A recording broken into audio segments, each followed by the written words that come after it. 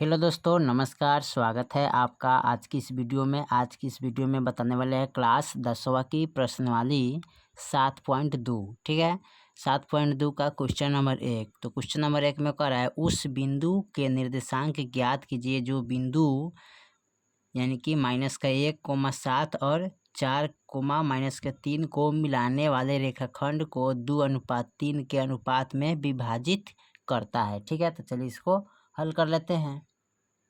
चलिए, तो question number 1 का पॉइंट नंबर 1 यानी कि हमने यहाँ पर नोट कर लिया है। माना कि P का निर्देशांक x, y है जो AB को 2:3 के अनुपात में विभाजित करता है। ठीक है, जैसे कि मान लीजिए यहाँ पर एक, यहाँ से ये है A और E हो गया B। ठीक है, तो इसका अनुपात है यहाँ पर, इसका जो अनुपात दिया था ना यहाँ पर लिख लेते हैं -1:7 और इसका जो दिया है ना 4:-3। ठीक है, ये है B है, यहाँ पर हम इसको P मान लेते हैं। ठीक है, क्या P मान लेते हैं तो इसका अनुपात x, y। ठीक है, तो इसका P का अनुपात x, y है। ठीक है, तो इसी का हमें मान ज्ञात करना है। ठीक है, तो सबसे पहले हम क्या करते हैं, यहाँ पर लिखेंगे A का मान -1,7।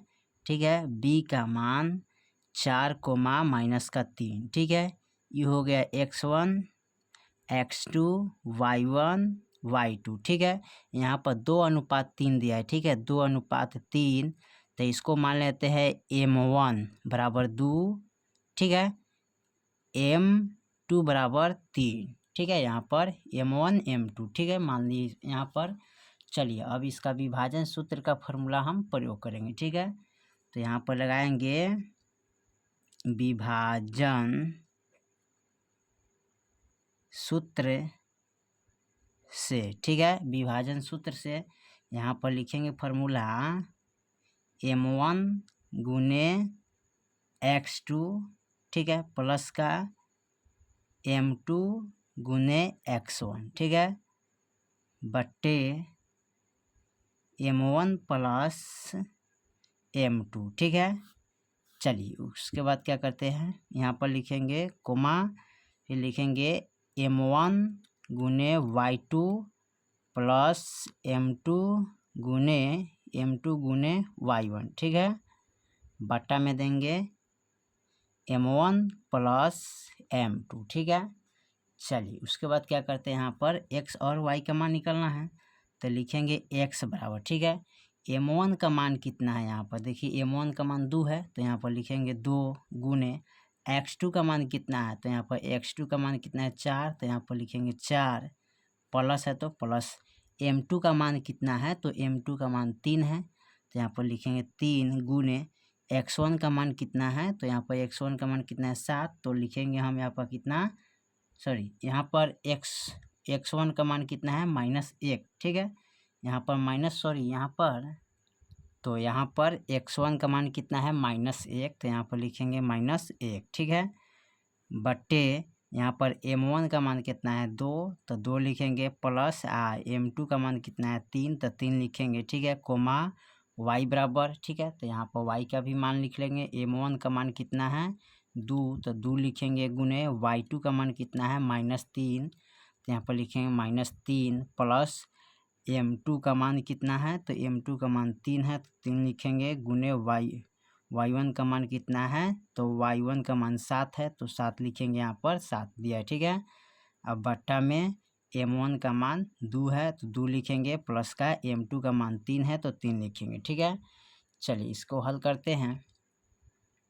x बराबर यानी कि 4 दूनी 8 प्लस 3 एकम 3 माइनस का 3 बट्टा में 3 2 5 हो जाएगा। ठीक है, कोमा y बराबर 3 दूना 6 प्लस 7 3 का 21। ठीक है, 3 2 5 हो जाएगा। ठीक है, चलिए उसके बाद क्या करते हैं, यहाँ पर लिखेंगे x बराबर, देखिए 8 है तो 8 लिखेंगे, माइनस प्लस माइनस, यहाँ पर 3 लिखेंगे, बट्टा 5। ठीक है, y बराबर, अब देखिए माइनस प्लस माइनस, तो 21 में से 6 गया, कितना बचेगा, तो 11 में से 6 गया 5 और 1 बचेगा, बट्टा में 5। ठीक है, अब x बराबर यहाँ पर घटाइएगा। ठीक है, यानी कि 8 में से 3 गया, 5 बटे यानी कि 5 बचेगा, यहाँ पर भी बट्टे 5 y बराबर, यानी कि अब इसको कटाएंगे, ठीक है। तो इसमें हम डायरेक्ट भाग कर देंगे 5 से, ठीक है। तो 5 क्या हो जाएगा 15, ठीक है। 5 से कम 5, ठीक है। तो यहाँ पर आ गया x बराबर 1, ठीक है, और y बराबर 3, ठीक है। यहाँ पर x का मान 1 आ गया, y के मान 3 आ गया, ठीक है। तो यहाँ पर लिखेंगे अतः